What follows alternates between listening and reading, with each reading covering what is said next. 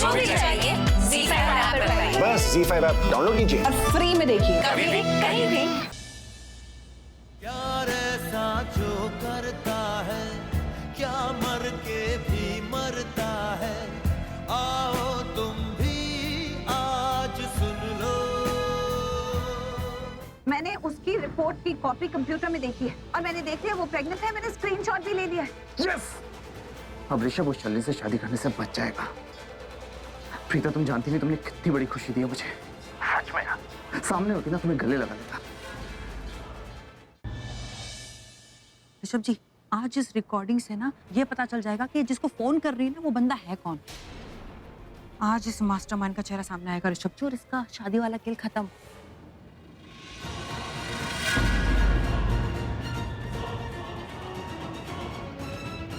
ये तो पृथ्वी की गाड़ी है। कहाँ? गाड़ी वाला बकरा मेरा पीछा कर रहा है। आप दोनों के बीच में कुछ चल रहा है ना? हाँ? Guys are having an affair, right? जिस दिन उस दाढ़ी वाले बकरे के खिलाफ मुझे सबूत मिल गया ना, मैं तुम्हारी जिंदगी से उसे हमेशा हमेशा के लिए दूर कर दूंगा। बस उसके खिलाफ मुझे सबूत मिलने, उसका पर्दाफाश मैं खुद सबके सामने करूंगा।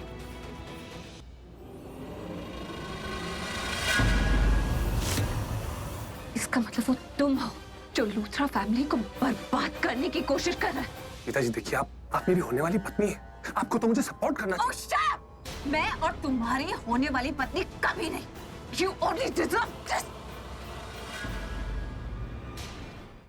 अगर तुम मेरी नहीं हो सकती ना, फिर तुम किसी की नहीं हो सकती। तो तुम एक काम करो, जाओ और मर जाओ।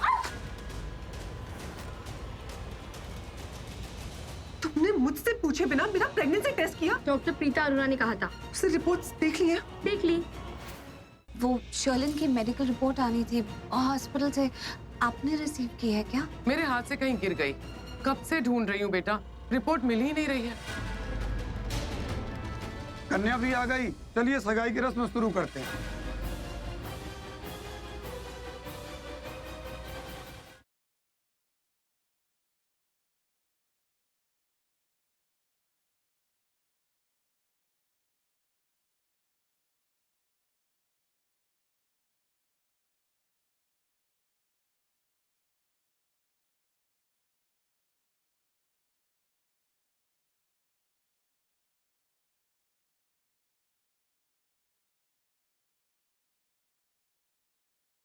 तुमने मेरी रिंग निकाल के किसी और के हाथ में डाल दी।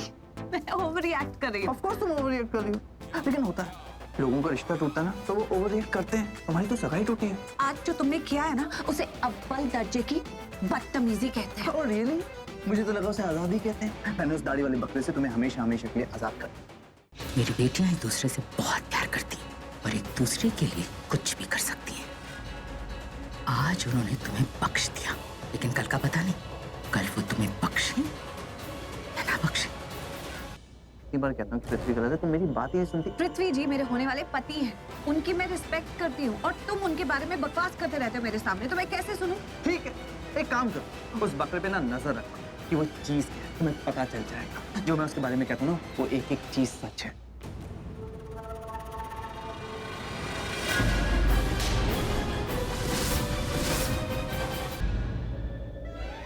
ओह God, Karan please stop it. ये कोई मजाक नहीं। छोड़ो मेरा दुपट्टा,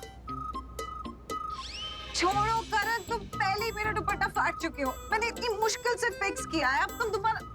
stop torturing me Karan.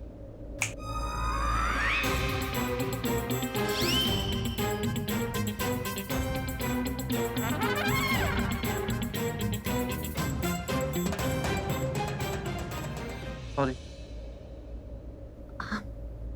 It's okay. तुम क्यों सॉरी बोलोगे?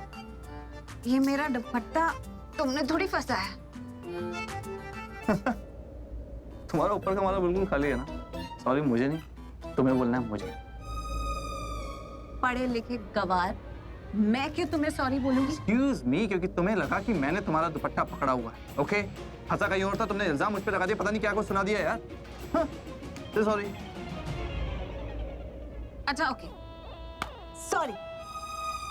वेरी गुड, तुमने उस लूजर की दी हुई अंगूठी दोबारा नहीं पहनी। अब बाय द वे लूजर से याद है, जब ऋत्विक के बारे में ऋषभ अनाउंस कर रहा था ना, तो उससे ज्यादा शॉक रिएक्शंस मोनिशा के थे, इनफैक्ट गाड़ी वाले बकरे के भी।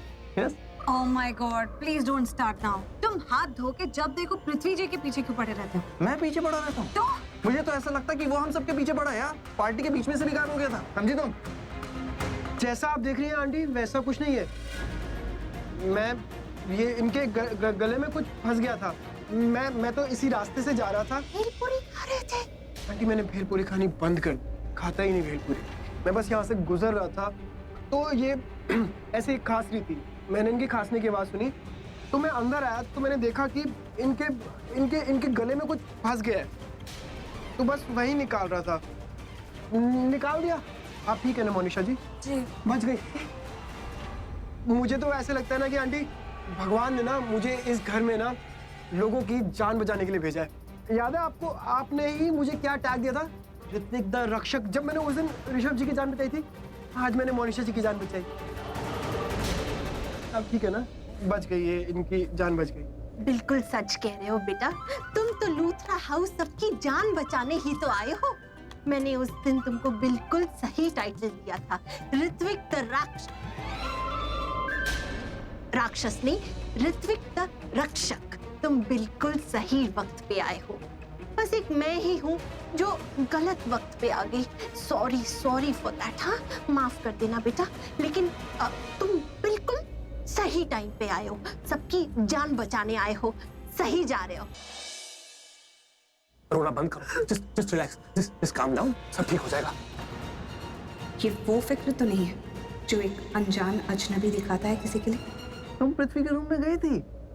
वाह, जी अकेले थे रूम में या शैलम के साथ थे? क्या देखा? एक मिनट, मैं कुछ पूछ रहा हूँ तुमसे। जो तुमने देखा, जो तुम फील कर रहे, तुम्हारे चेहरे पर साफ साफ लिखा है कि आज तुम्हें अपने पृथ्वी जी पे शक हुआ है।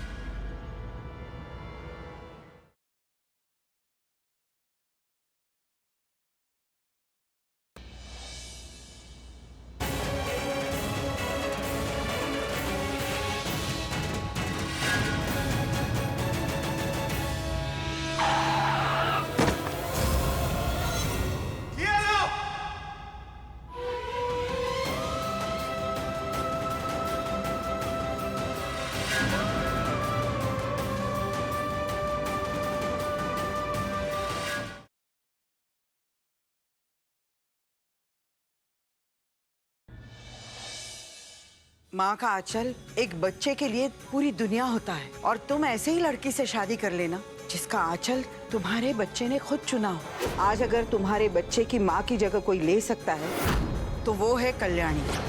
मल्हार, तुम कल्याणी से शादी कर लो। मैं कल्याणी से शादी करने के लिए तैयार हूँ।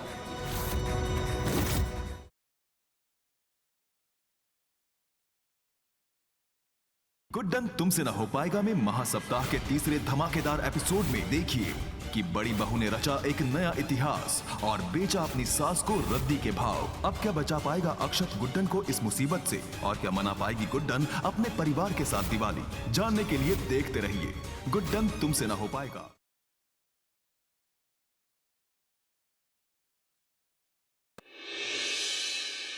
हम दावे के साथ कह सकते हैं बहुत जल्द हृदय तुम्हें प्रपोज करेगा, और मैं चाहता हूं तुम ये प्रपोजल एक्सेप्ट कर लो। फिर एक बार वक्त ले आया है अस्मिता को की कसौटी पर। क्या अपने कर्तव्य के लिए अस्मिता त्याग देगी अपने बचपन के प्यार और दोस्त को?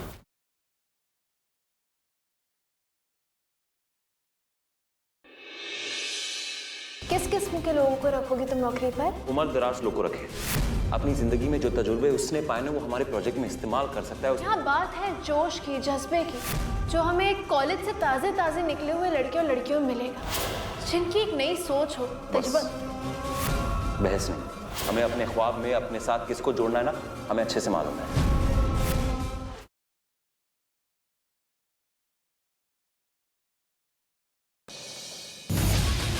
मेरा मानना ये है कि अगर प्यार सच्चा हो तो कोई रुकावट उसे रोक नहीं सकती।